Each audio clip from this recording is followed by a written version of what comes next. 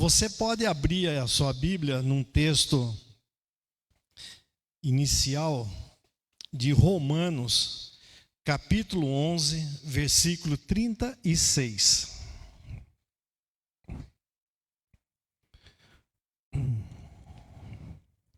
Romanos, capítulo 11, versículo 36. Eu vou perturbar você para você ficar em pé um pouquinho. Não é por nada não, mas é referência à palavra de Deus. E vou pedir também que você não pronuncie a última palavra desse versículo. E é proposital. Amém? A palavra de Deus diz o seguinte: porque dele, e por ele, e para ele são todas as coisas. Glória, pois, a ele eternamente. Só não pronuncia a última palavra, não. A última palavra desse versículo é o amém. Pode sentar, irmão. Amém. Na Bíblia, é quando você concorda incondicionalmente por algo. Eu fico imaginando, eu creio, no meu coração, que o apóstolo Paulo, quando escreveu essa carta aos Romanos, ele sabia exatamente onde colocar esse amém. Então o versículo diz: tudo, porque dele e por ele e para ele são todas as coisas. Glória, pois, a ele eternamente. Amém. Você só vai dizer esse amém se você concordar com o versículo. E aí é que vem o início dessa pregação. A palavra de Deus diz lá em 2ª carta de Timóteo, capítulo 3, versículo 16, 17, ele fala que toda a Escritura é divinamente inspirada, é inspirada por Deus.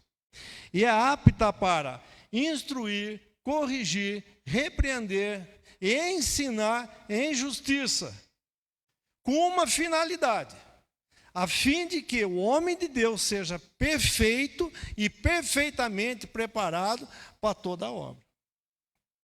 Então esse texto que nós lemos, ele está inserido na palavra de Deus, e o contexto dele é a finalidade de nos tornar aptos, preparados, finalmente prontos para toda a obra que Deus tem, e Ele, Deus, depende da nossa execução. Tudo é para Ele. Tudo que você é, tudo que você tem, tudo que você faz, tem como destino Deus? Se a sua resposta for sim, você tem que gritar amém. E para responder essa pergunta, e para te ajudar e nos ajudar a responder essa pergunta, nós vamos à história da Bíblia. Nós vamos ver no povo de Deus essa situação. O povo de Deus passou por experiências semelhantes a essa.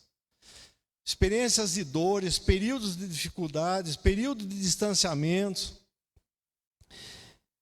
Todos nós passamos por momentos difíceis na nossa vida, antes de conhecermos ou de reconhecermos o senhorio de Jesus nas nossas vidas, sobre tudo que somos, sobre tudo que temos e sobre tudo que fazemos. O livro de Êxodo, ele retrata a saída do povo de Deus do Egito, da escravidão do mundo, para a terra da promessa, ou para a terra prometida, onde todas as palavras de Deus são, todas as promessas de Deus são cumpridas. Não é terra da promessa, terra prometida, não significa que lá você vai ter promessas de Deus. Não. Lá as promessas de Deus serão cumpridas.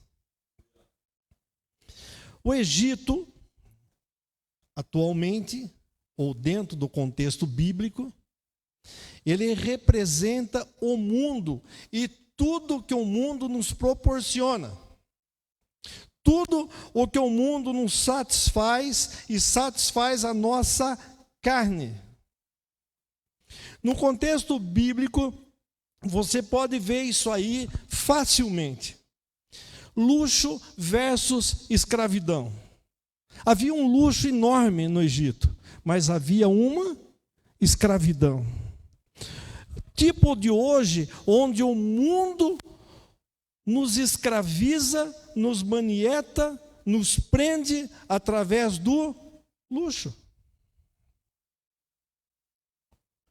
Beleza versus vaidade. Tinha uma beleza monumental no Egito, até hoje. Se você vai lá, você vai ver que os palácios, você vai ver as pirâmides, você vai ver um monte de coisa que são consideradas as belezas as 7 maravilhas do mundo hoje. Mas tem o lance da vaidade. Se você assistiu o filme Advogado do Diabo, a última frase dele, do diabo, vaidade, o meu pecado predileto. Conhecimento ou ciência versus independência. Se você vê os feitos dos egípcios, tanto o embalsamamento, a mumificação, quanto a astrologia, eles tinham um conhecimento extraordinário, mas um conhecimento que tornavam-nos independentes. A dependência de Deus é fundamental para cada um de nós. E o que é a terra prometida hoje, biblicamente falando? Representa o lugar onde onde você, onde nós estamos e onde a presença de Deus é com cada um de nós. E essa presença de Deus, ela tem um objetivo, nós lemos lá em Timóteo, ela tem um objetivo de transformar a vida dos outros. É como se nós fôssemos um canal de bênção, a bênção passa por dentro de nós, mas ela tem um destino que é o próximo. Para que as promessas de Deus se tornem realidade, depende mais de você, mais de mim, do que de Deus. Ai, Senhor. Ele já disse, ele disse, ele é fiel, a palavra dele habitando em nós, a palavra dele habitando em nós, ele é fiel com a palavra dele.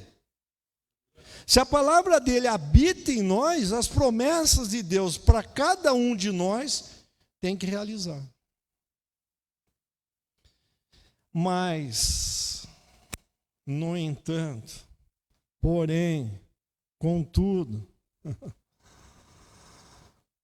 para você deixar o Egito, deixar a escravidão e penetrar na terra da promessa, não vai ser sem luta, não será sem esforço, sem dedicação, sem compromissos com Deus.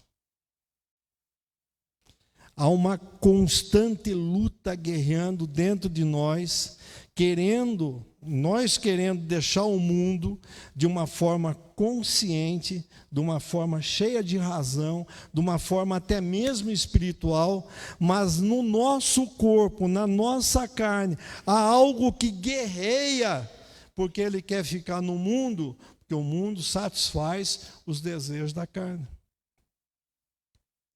Mais ou menos assim do tipo, nós saímos do mundo, mas o mundo não sai dentro de nós. O mundo e as coisas mundanas. Deixa eu explicar um pouquinho esse troço de coisa mundana. São as suas necessidades, as minhas necessidades, são o nosso trabalho, são as nossas vaidades, os nossos negócios, os nossos compromissos. Isso tudo que está inserido no mundo à nossa volta não vai te largar tão facilmente, meu. E então, o mundo, para nos libertar, ele vai impor algumas condições. Eu queria muito compartilhar com você essas condições. Um dia, Moisés, ele viveu 40 anos no Egito. 40 anos ele serve a Jetro, seu sogro, cuidando, pastoreando ovelhas. Um belo dia, ele está lá pastoreando ovelhas e ele vê uma sarça ardente. Ele fala, o que é isso?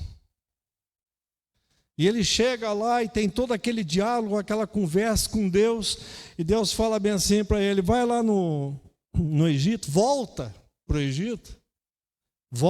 Egito, e liberta meu povo. Ele fala bem assim, não vou não.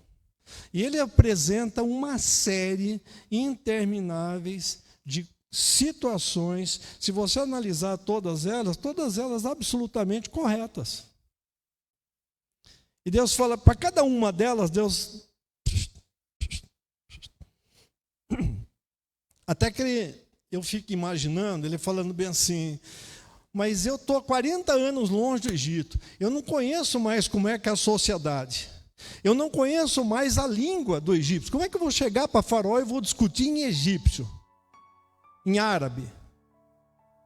Deus falou bem assim, fica tranquilo que eu já providenciei um intérprete, um cara que está lá até hoje, e que você confia, seu irmão. E Moisés volta para lá. E aí, em cada uma daquelas situações ali, dessa história de Moisés, desde que ele volta para o Egito, até que ele liberta o povo, até que o povo sai do Egito, em todo esse contexto do capítulo 5 lá capítulo 4 de Êxodo, até lá que ele sai de volta, em todas as situações você vê uma frase muito legal, e Deus endurecia o coração do faraó. Amigo, não é não. Não era Deus não. É o mundo. O coração do faraó representa a luta dele para não nos perder, para nos manter cativos na escravidão. Aí você vê as 10 pragas do Egito, na realidade não são 10 pragas, são 10 lutas, demonstrações da luta de Deus para nos libertar. Nesse contexto todo, você não vê o povo fazendo nada. Você vê Deus libertando. Deus fazendo com que o mundo liberte o seu povo. Primeira condição imposta pelo mundo para nos libertar. Abra sua Bíblia em Êxodo capítulo 5, versículo 1 a 8. Eu vou ler o texto todo. Pastor, eu vou passar só umas 2 horas, não tem problema não, né? Beleza. Depois foram Moisés e Arão e disseram a Faraó, assim diz o Senhor, o Deus de Israel, deixa ir o meu povo para que me celebre uma festa no deserto. Mas Faraó respondeu, quem é o Senhor para que eu ouça a sua voz e deixe ir Israel? Então deixa eu explicar para o seu mundo, não conhece Deus não, amigo. Quem é o Senhor? Não conheço o Senhor, nem tampouco deixarei Israel partir. Então eles disseram, o Deus dos hebreus nos encontrou. Essa é a certeza que você precisa ter. O Deus te encontrou. Portanto, deixa-nos ir caminho de 3 dias ao deserto, para que ofereçamos sacrifícios ao Senhor, e Ele não venha sobre nós com pestilência e com espada. Então disse o rei do Egito: Moisés e Arão, por que fazeis o povo cessar das suas obras e das vossas cargas? Disse mais Faraó: o povo da terra já é muito, e vós os fazeis abandonar as cargas. Nesse mesmo dia, Faraó deu ordens aos exatores do povo e aos seus oficiais: daqui em diante não torneis a dar palha ao povo, para fazer tijolos, como fizeste ontem e anteontem. Vão eles mesmos e colham palha para si, mas exigireis deles a mesma quantidade de tijolos que dantes faziam, não diminuireis dela. Eles estão ansiosos, e por isso que clamam, dizendo: vamos, sacrifiquemos ao nosso Deus. A primeira condição que o mundo vai te pôr: aumento do seu trabalho. A primeira.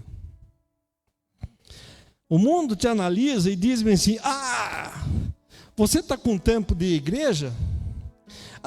Você está com tempo de prestar um bom testemunho, de tal maneira a transformar a vida do seu irmão? Você está com tempo de fazer campanha evangelística? Vou aumentar o seu trabalho.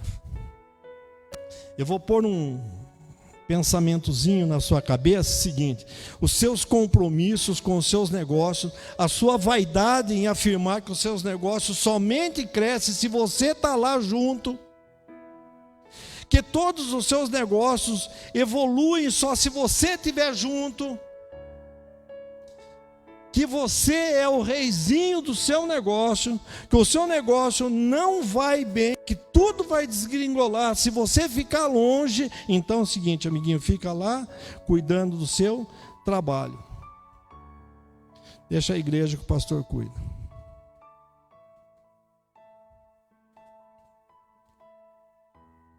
Amigo, deixa eu explicar um negócio para você. A verdadeira prosperidade vem de Deus.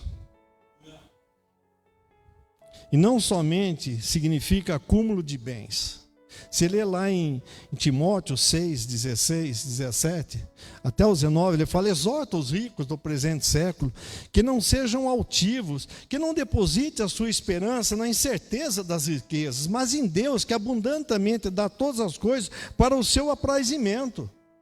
Que sejam ricos de boas obras, que guardem um bom fundamento sólido para o futuro, a fim de tomar posse da verdadeira vida. Tudo que você tem vai passar. Por que esse misto de arrogância, dizer que os seus negócios só prosperam se você estiver lá? Os seus negócios só prosperam se o bom Deus quiser. Seus negócios só vão para frente se o Senhor nosso Deus nos abençoar e tiver misericórdia da nossa vida. Amém? Vamos na segunda condição. Êxodo capítulo 10, do verso 8 até o 11. 10, do 8 ao 11. Então Moisés e Arão foram levados outra vez a Faraó. E ele lhes disse: ide, servi ao Senhor vosso Deus. Quais são os que irão? Respondeu Moisés: havemos de ir com os nossos jovens e com os nossos velhos, com os nossos filhos, com as nossas filhas, com os nossos rebanhos e com o nosso gado, porque temos de celebrar festa ao Senhor. Disse-lhe Faraó: seja o Senhor convosco. Se eu vos deixar ir com as crianças, vede como tendes más intenções. Não será assim. Agora ide vós os homens e servi ao Senhor, pois é isso o que pediste. E os expulsaram da presença de Faraó. A segunda condição que o mundo vai te impor é a seguinte: deixa as crianças. Deixa seus filhos. Não força eles ir para a igreja, não. Deixa eles curtir os amiguinhos. Deixa eles ficarem aqui. Você pode ir, mas deixe teus filhos. Uma das coisas que mais me dói o coração, irmãos, são duas situações. A primeira é quando eu vejo nas igrejas um monte de pais e nenhum filho. A segunda situação é quando o filho vem contra a vontade de vir. A terceira situação é quando o pai obriga o filho a vir. Mas isso acontece, irmãos, porque muitas vezes o nosso proceder como pai e mãe, não diz que nós somos cristãos. Muitas vezes o nosso proceder na família, nos negócios, no trato, no comportamento mundano, quando devia ser cristão, tudo isso faz com que os nossos filhos tomem a decisão de não vir. Não precisa nem o mundo arrumar situações para prendê-los. Nós mesmos fazemos com que os nossos filhos não tenham vontade de vir. Quantas vezes um filho pergunta bem assim, mas é esse o pai, esse é o Deus que meu pai serve? Quero isso para mim não. O mundo abre 1000 oportunidades para os seus filhos não estar aqui. Você liga a televisão, fica tranquilo. Tem um monte de coisa que é para o teu filho não assistir, mas está disponível na TV direta. O mundo é altamente sedutor. Não precisa da sua ajuda. Diálogo, conversa, abraço. Se você não abraçar o seu filho, se você afastar seus filhos com as suas atitudes, o mundo vai abraçar.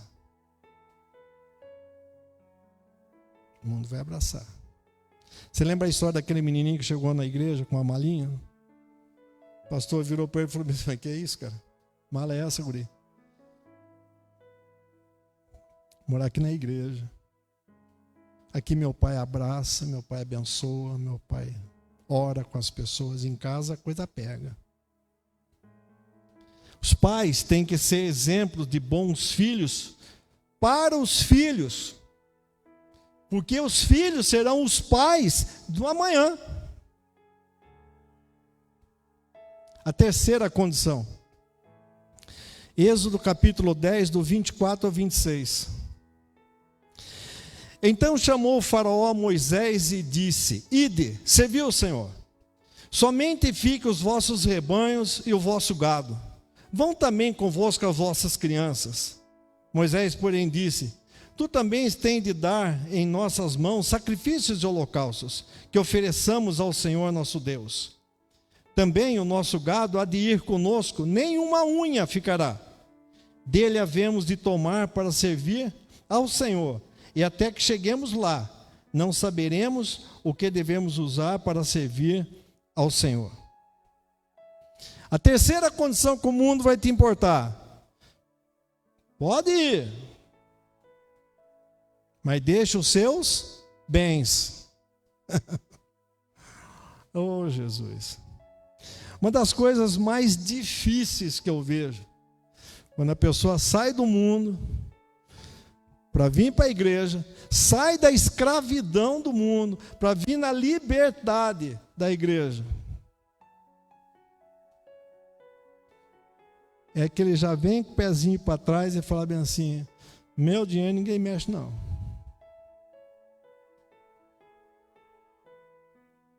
Dízimo e as ofertas são as grandes armas do mundo para afastar, para impedir a prosperidade do cristão. E a prosperidade da obra de Deus. Como é difícil isso, como é difícil pôr na sua cabeça, ou na minha cabeça, ou na cabeça de qualquer pessoa que vem do mundo, essa situação. Amigo, se você ler Malaquias capítulo 3, do verso 8 a 11, Deus fala textualmente: tudo é meu. Eu vou te dar 90%, 10% você traz de volta. Mas ele não fala, você traz de volta por obrigação, ele traz de volta pela sua compreensão, pelo seu coração grato. E Malaquias fala bem assim: ponham-me à prova. Sejam fiéis nos dízimos e nas ofertas e ponham-me à prova, diz o Senhor. Se eu não vos abençoar, se eu não repreender o devorador da sua vida. Muitas vezes você está aqui na igreja, pessoa que não é fiel dizimista, pessoa que não é um ofertante gratidão, ele está aqui na igreja, e o devorador está cirandando na vida dele lá fora, e o cara fica pensando: a igreja não tem poder, vou mudar de igreja. Não é, amado. A Bíblia fala, Faraó fala bem assim: tá bom, vão vocês lá, levem as suas crianças, adorem o Senhor, façam isso, façam aquilo, mas deixem os seus bens aqui. Não, amigo, não, amado. Ninguém está pedindo para você entregar seus bens, ninguém está pedindo para você ser fiel dizimista, ninguém está pedindo para você entregar oferta, não é nesse sentido não, e não é num sentido de troca também, vou fazer isso por causa daquilo, não, você tem que fazer consciente, porque o Senhor nosso Deus diz: por causa de vocês, eu repreenderei o devorador das suas vidas, e você tem que entender que é um problema de Deus, não é teu. As 10 pragas do Egito, quando Deus falou bem assim: você liberta o meu povo. Essas 10 pragas do Egito, o povo não mexeu uma palha nesse sentido. Foi obra de Deus. A repreensão do devorador, amigo, a 10ª praga, quando passa o anjo destruidor lá por cima, na casa não tinha os umbrais pintados com o sangue do cordeiro. Ninguém mexeu, não. O mundo vai te impor essas 3 condições. As condições para você e a sua família realizarem-se na terra prometida. Lá, para concluir, primeira carta de João, eu estava lendo esse texto esses dias. Primeira carta de João, capítulo 5, versículo 4 e 5. Ele diz o seguinte: a vitória que vence o mundo é a nossa fé. E eu achei interessantíssimo isso. Que ele não falou que são exércitos que vencem o mundo. Ele não falou que são dinheiros que vencem o mundo. Ele não falou nada, ele começa com a consequência da vossa fé. Ele fala assim: a vitória. Ele começa com a consequência.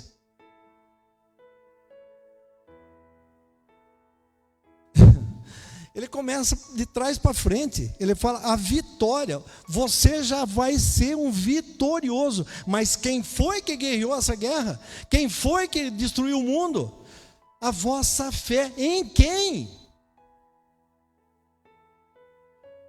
Veja o texto, Êxodo capítulo 11, versículo 2 e 3.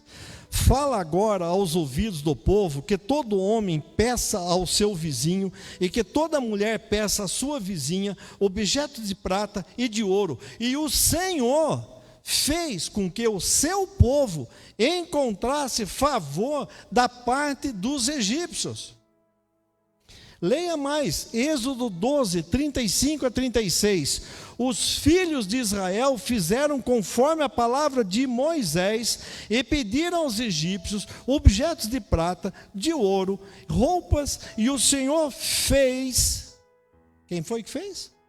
O Senhor fez com que o seu povo encontrasse favor da parte dos egípcios, de maneira que estes lhe davam o que pediam e despojaram os egípcios.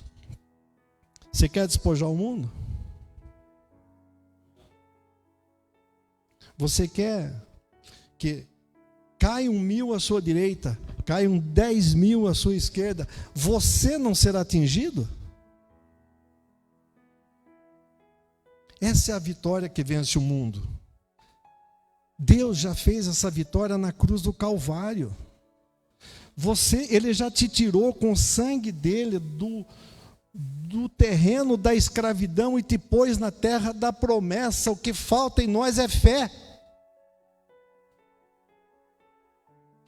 O mundo vai guerrear, mas ele não fala aqui que quem vence o mundo. Ele fala que a vitória já foi dada. A vitória que vence o mundo é a nossa fé. Amém?